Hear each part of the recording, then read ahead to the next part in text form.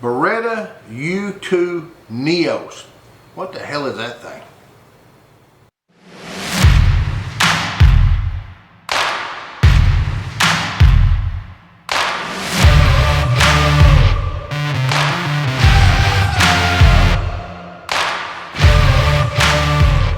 Howdy friends and neighbors, Sarge 1911 here and welcome to the hideout. It's cold outside, starting to turn winter, but all's good. Before we get started, I have to say thank you to all the subscribers. Man, I really appreciate every one of you. You guys who are new subscribers, you're just going to get sick and tired of me saying thank you, but it's because I mean it. If you have not subscribed, click subscribe. Please do click it. Click the ringy dingy so you get a notification, and check us out at sgt1911.com. Okay, enough of that. Let's talk about a 22 pistol that Beretta makes called a U22 Neos. Now before I pick it up, I've got to tell you, it's not my style. I'm too old school for it, but I realize some people out there, they get into these things. If not, Kel-Tec wouldn't be in business, right? So I'm gonna pick this thing up and show it to you. When I picked this 22 pistol up, two things stopped immediately pop in my mind. Number one is Kel-Tec. This looks something that would be like a Kel-Tec design, very futuristic, but this is not full of plastic. Then I think Colt Woodman. You know, the old Colt Woodmans that's been around forever, that are superior products, that they're highly collectible. You know, those are excellent handguns. And this is a Neos, a Beretta Neos U22. It's not mine. A friend of mine loaned it to me, wanted to know what I thought about it. And, you know, he was at a complete loss on some of the controls, and to be honest with you, so was I. I didn't know what it was. But let's just take a look and start here, I guess, at the top. You know, what we got is some sights that are not particularly fancy. I don't know if you can see them in the back and the front. There's no white dots, there's no green illumination, there's nothing there sight-wise to be impressed with. However, there is a rail on top. Take a look at that rail on top, and that's where your sights are mounted. So you can mount some type of optic on the top of this thing to improve that. Is that interesting? Yeah, it is. I mean, this thing is supposed to be for plinking, 22 plinking. That's what I would do with it, 22 plinking. What else can I tell you about it? Look at the pistol around the trigger guard down here, at the angle of it. The angle of the trigger guard there, kind of interesting. The pistol grip, take a look at this. I can show you the pistol grip. I'll try to move it around a little bit, different angles. You can see it's got big dovetail in here, big one. You know, fits your hand. It does. It doesn't fit me as well as I thought it would, but it's going to fit a lot of people very nicely. It's got an ambidextrous safety on it. You'll see on this side, I've got it working on that side. Ambidextrous safety. It's got a slide lock, just like any other pistol. But here's where, before I show you this slide lock, I want to show you something. I guess I'll turn around this way and try to do it in the blind, left-handed. So here's our rail with our sights sitting on top. Here, I don't know if you're going to call this a bolt. I don't know if you're going to call this a slide, but you'll see here this thing returns. And your magazine feeds the 22s up through here, the 22 long rifle, and it chambers here. There is no chamber indicator there, but to simply see if it's loaded, you just have to peek. Take a peekaboo right there. And you can see there's brass in there without pulling the slide all the way back and forward. Now this thing is single action only. That's it. But it's just odd that this is down here and your sights are up here. Let me lock the slide back right there with this little button. If I can get my finger to. Let me turn around where I can see. There we go. We lock the slide back and you'll see it's here. Now that would make the bore pretty close to the web of your hand, you know, reducing recoil. This thing's not got recoil anyway. It's just an odd thing. Do I like it? Yeah, it's not my cup of tea, I'd rather have like a 22 revolver or something like that. Now, let me tell you something really odd on this thing. See this little wheel right here? Can you see the little wheel? What the hell's the wheel for?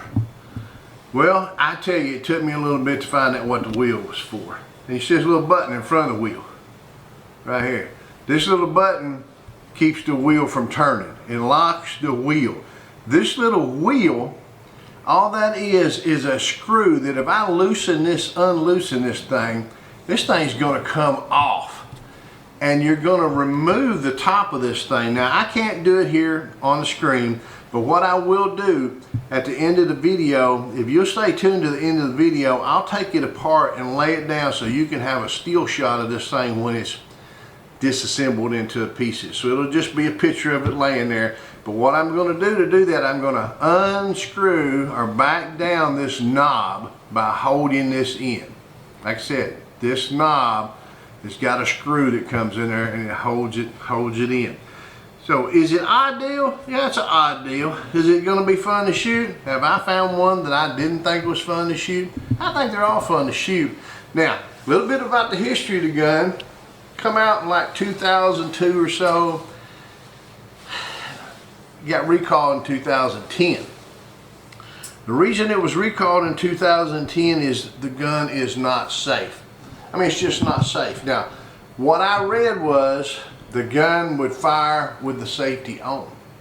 Not good, not good. Now, is this one of those guns? I have no idea, but gun safety is going to teach us treat it as if it is one of those guns, and if the damn thing goes off and you got it pointed in a safe direction, we're all good to go.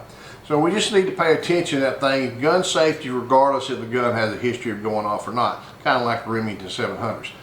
So, is it an eyeball? Yeah, it's an eyeball. Is it going to be fun to shoot? So long as nobody gets hurt, it's always going to be fun to shoot. I think Colt Wisman's, yeah, kind of. Kel-Tec, more so. Fun, hell yeah, let's go. Bang, bang, bang. Okay, gang, we're out here at the range now with the Beretta U22 Neos. Like I said, it's a little bit odd character. Reminds me of something off of Galaxy Quest, but I'm not Tim Allen. Sorry, 1911. But we're gonna have some tweaking, plinking with it. So let me lock the slide back or bolt or whatever this thing is. It's a little strange. Got it locked back. One of the magazines loaded up. And let's see. I'm gonna put my hearing protection on before I let it go. The grip on this thing's a little bit tight up in this area. I mean, it's a little tight for my hands. Probably fit someone with a little bit smaller hand a lot better. I mean, it is kind of got good ergonomics, but it's it goes in really tight right here, and it's not quite as comfortable as I would think it would be. Let's see if we get slides go forward. Safety is off. Let's see what happens here. Trigger takes.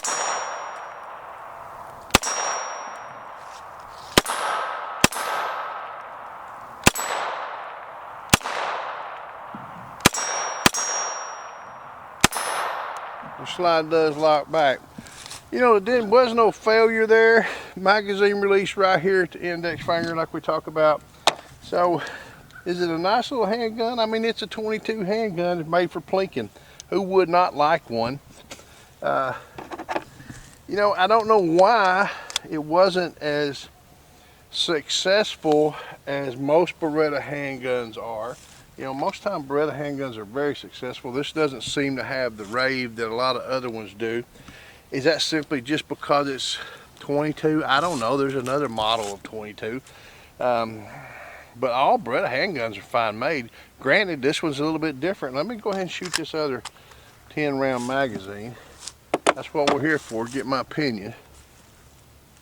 Let me let that slide go forward. All right. Oddball. Let's try it again.